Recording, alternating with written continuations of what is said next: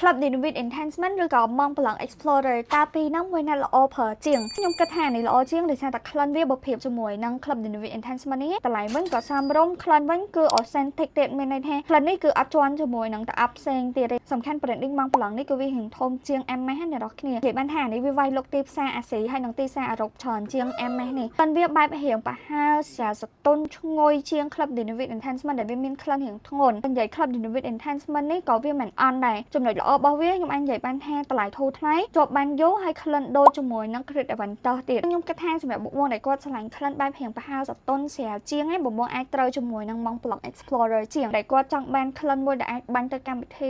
បានទៅវារៀងដុតភេហើយជាប់បានយូរជាងអ្នកនរគ្នាអាច consider ជាមួយនឹង Club Dynamic Enhancement នេះបានអានេះ35អានេះ55 full box ប៉ុន្តែឥឡូវយើងមាន tester box តែ$50ទេចូលសម្រាប់បុគ្គលដែលគាត់ចង់បានតែអស់ពីរនេះអាចតាក់ទង page Alphaman បាន